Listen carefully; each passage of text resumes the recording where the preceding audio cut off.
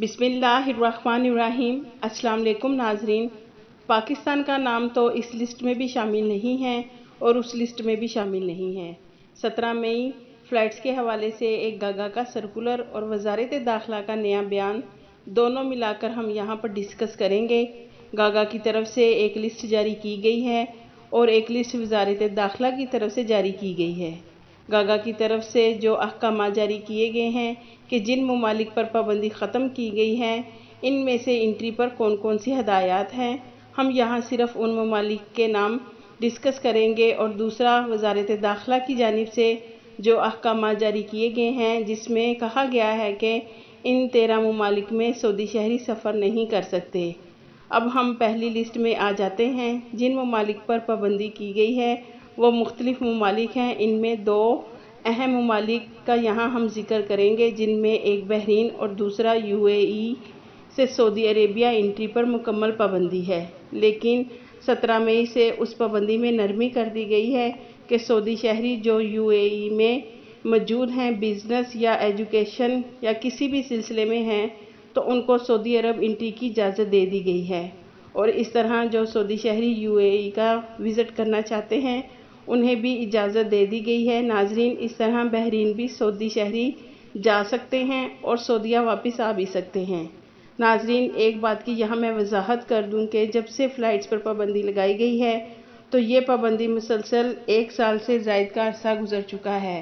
तो 2020 से सऊदी शहरियों को किसी भी दूसरे ममालिक का सफ़र करने की इजाज़त नहीं है और ना ही सऊदीया में एंट्री की इजाज़त थी।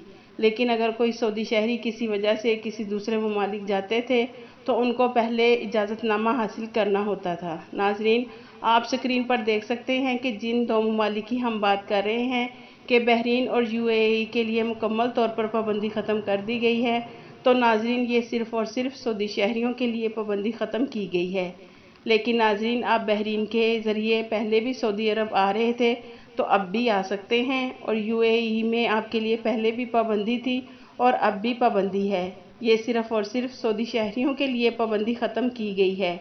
और लिस्ट के मुताबिक जिन ममालिक में सऊदी शहरी जा सकते हैं, उन ममालिक के नाम UAE, जर्मनी, इंडोनेशिया, बहरीन, जनूबी Africa, Tunis, Maldives, Georgia, London, Brazil, उर्दन, अमेरिका, लबनान, इराक, तुर्की वगैरह शामिल हैं। नाजरीन, आप स्क्रीन पर भी देख सकते हैं कि उन ममालिक का नाम सऊदी शहरी जहां सफ़र कर सकते हैं। नाजरीन, अब दूसरी लिस्ट जो वज़ारत दाखिला की जानिब से जारी की गई है, उन ममालिक में 13 नाम शामिल हैं। तो पाकिस्तान का नाम शामिल क्यों नहीं है?